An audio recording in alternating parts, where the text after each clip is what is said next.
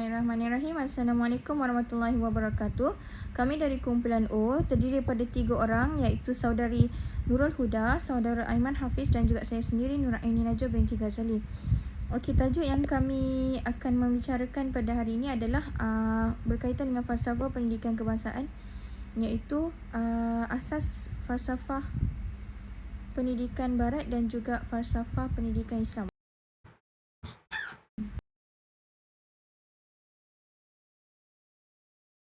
Falsafah yang digabungkan dalam falsafah pendidikan kebangsaan adalah falsafah pendidikan barat, terdiri daripada moden dan tradisional, dan juga falsafah pendidikan Islam. Cabang-cabang falsafah. Yang pertama sekali, metafizik berkaitan dengan realiti dan kewujudan.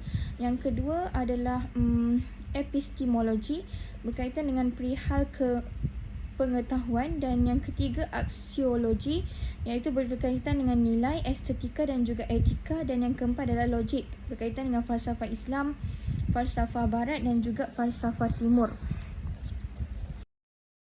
Sekali falsafah pendidikan barat, dia terbahagi kepada 4, iaitu perennialisme, progresivisme, essentialisme dan kekonstruksionisme.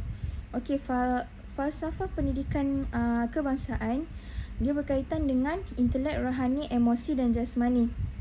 Kalau dari segi perkembangan manusia, intelek adalah kognitif, rohani emosi berkaitan dengan afektif dan jasmani berkaitan dengan psikomotor. Manakala falsafah pendidikan Islam iaitu berkaitan dengan Quran dan Sunnah, ia juga berkait dengan akal, iaitu intelek tadi, roh, rohani dan emosi, dan jasad, iaitu jasmani.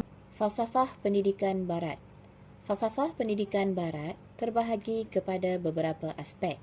Pertama, perennialisme, iaitu ciri-ciri semula jadi manusia adalah bersifat sejagat dan tidak berubah-ubah. Pendidikan yang berfokuskan kepada carian dan sebaran ilmu yang tidak berubah, iaitu rasionalis. Matlamat perennialisme ialah pendidikan ini bertujuan untuk mengajar pengetahuan dan nilai yang bersifat sejagat, abadi dan tidak mempunyai had masa. Tumpuan perennialisme tertumpu kepada core curriculum, peranan guru, kaedah mengajar dan peranan murid. Kedua, progresivisme, iaitu manusia berupaya menyesuaikan diri terhadap perubahan, berfikir secara praktikal dan munasabah, seperti kanak-kanak perlu diajar cara berfikir, bukan apa yang perlu difikir. Ketiga, esensialisme, iaitu penekanan diberikan kepada perkara-perkara asas. Terakhir, rekonstruksionisme, iaitu memperbaiki dan membina semula masyarakat berasaskan progresivisme. Kesepaduan dalam falsafah pendidikan kebangsaan. Terdapat 3 gabungan falsafah yang membentuk falsafah pendidikan kebangsaan, iaitu falsafah pendidikan Islam, falsafah pendidikan barat tradisional dan falsafah pendidikan barat moden. Falsafah pendidikan Islam menekankan aspek intelek, rohani dan jasmani. Falsafah pendidikan barat tradisional menekankan aspek kognitif, afektif dan psikomotor. Manakala falsafah pendidikan barat moden menekankan aspek intelek, jasmani dan emosi. Kesepaduan ini dikenali sebagai eklektif, iaitu memilih dan menggabungkan daripada pelbagai sistem dan aliran, tercipta dari pelbagai sumber. Asas pendidikan barat. Terdapat 5 asas pendidikan barat. Pertama, pemikiran kritis dan analitikal. Kedua, kebebasan berfikir. Ketiga, menghormati hak asasi manusia. Keempat, pendidikan bersepadu dan holistik. Kelima, memupuk budaya kritis dan rasional. Asas pendidikan Islam. Terdapat 5 asas pendidikan Islam. Pertama, Tauhid, iaitu kepercayaan kepada Tuhan yang satu. Kedua, akhlak mulia. Ketiga, sains dan pembelajaran.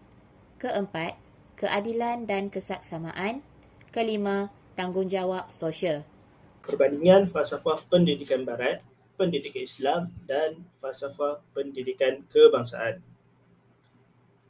Kriteria yang dibandingkan, pertama, masyarakat dan pendidikan, Yang kedua, orientasi ilmu. Yang ketiga, pembelajaran murid. Yang keempat, pengajaran guru. Dan yang kelima, matlamat pendidikan.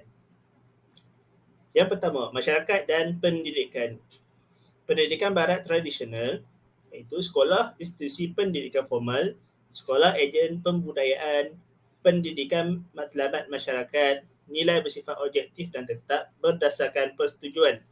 Pendidikan barat moden, rumah institusi pendidikan formal, sekolah memajukan masyarakat, pendidikan kembangkan potensi, nilai bersifat subjektif. Falsafah pendidikan Islam, pendidikan sepanjang hayat, kembangkan akal, roh dan jasad, matlamat pendidikan untuk menjadi insan yang sempurna, iman, ilmu, amal. Falsafah pendidikan kebangsaan, pendidikan ialah usaha berterusan, pendidikan untuk membentuk masyarakat yang harmoni, sejahtera dan makmur. Yang kedua, orientasi ilmu. Pendidikan barat tradisional fokus kepada sastra dan sains, pengkhususan, kurikulum ditentukan oleh sekolah dan pusat. Pentadbiran barat moden, bersepadu dan multidisiplinary, umum, kurikulum berasaskan keperluan dan minat murid. Falsafah pendidikan Islam berpaksikan kepercayaan dan kepatuhan kepada agama Islam. Falsafah pendidikan kebangsaan menyeluruh, bersepadu dan seimbang, melahirkan insan yang seimbang dari segi intelek, rohani, emosi dan jasmani. Yang ketiga, pembelajaran murid. Pendidikan barat tradisional tumpuan terhadap pengetahuan dan maklumat, kandungan subjek dibahagi kepada beberapa unit dan subjek. Pendidikan barat moden, tumpuan terhadap penyelesaian masalah, kandungan subjek secara bersepadu. Falsafah pendidikan Islam pula, pembelajaran berterusan, tumpuan kepada agama, akhlak dan manusiawi. Falsafah pendidikan kebangsaan, pendidikan sepanjang hayat, mengembangkan potensi individu, memupuk peranan bertanggungjawab kepada diri, keluarga, masyarakat dan negara. Yang keempat, pengajaran guru. Pendidikan barat tradisional, orientasi teks dan bilik darjah, berkumpulan secara keseluruhan. Pendidikan barat moden, orientasi pelbagai bahan dan masyarakat, keseluruhan, kumpulan kecil dan individu. Falsafah pendidikan Islam, pengajaran berpusatkan guru, guru sebagai role model, pengajaran berorientasikan elektik, pengetahuan murid dan masyarakat. Falsafah pendidikan kebangsaan pula, mendidik secara menyeluruh, bersepadu, seimbang dari sudut intelek, rohani, emosi dan jasmani. Dan yang terakhir sekali, matlamat pendidikan, pendidikan barat tradisional, masyarakat dan warga negara yang baik dapat memberi sumbangan kepada kesejahteraan, kemakmuran, keharmonian masyarakat dan negara. Pendidikan barat moden pula, individu dan masyarakat yang berdaya saing dan mampu membawa perubahan kepada diri, keluarga, masyarakat dan negara. Pendidikan falsafah pendidikan Islam pula membentuk insan yang syumul, iaitu sempurna, beriman, berilmu dan beramal soleh, iaitu akhlak yang baik. Falsafah pendidikan kebangsaan pula melahirkan warga negara yang berilmu pengetahuan, berakhlak, bertanggungjawab, sejahtera, memberi sumbangan kepada keharmonian keluarga, masyarakat dan negara. Sekian, terima kasih.